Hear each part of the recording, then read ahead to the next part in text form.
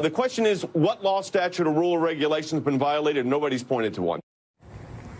Back with me now is former federal prosecutor Seth Waxman. Seth, can you answer that question? I mean, what are the laws around this? Sure, there are several. I mean, we've talked about a little bit this idea of foreign campaign contributions, where if a foreign national gives anything of value to someone, a campaign, that can be a crime. And on the other side, if the person accepts or even solicits that kind of contribution, that can be a crime. So Don Jr., when he says he loves it with regards to the dirt on Hillary, that alone can be a crime, full stop. There are other crimes, bribery, which is a quid pro quo. If that anything of value is given in exchange for a promise of future government action, like reducing sanctions, that can be bribery. And bribery can be the basis for several other charges, like honest services fraud, or the most powerful weapon federal prosecutors have, RICO.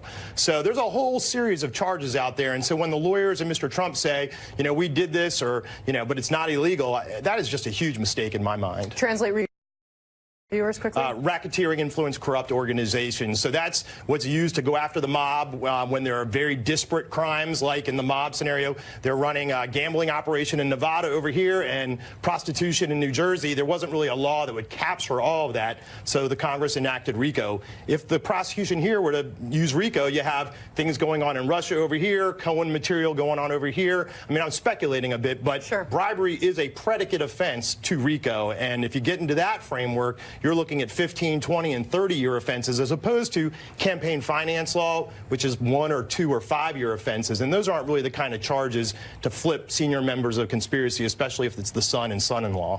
Right. So the lesson is, if the Russians call you campaign consultant with some dirt on your opponent, call the FBI. Yes, hang up the phone.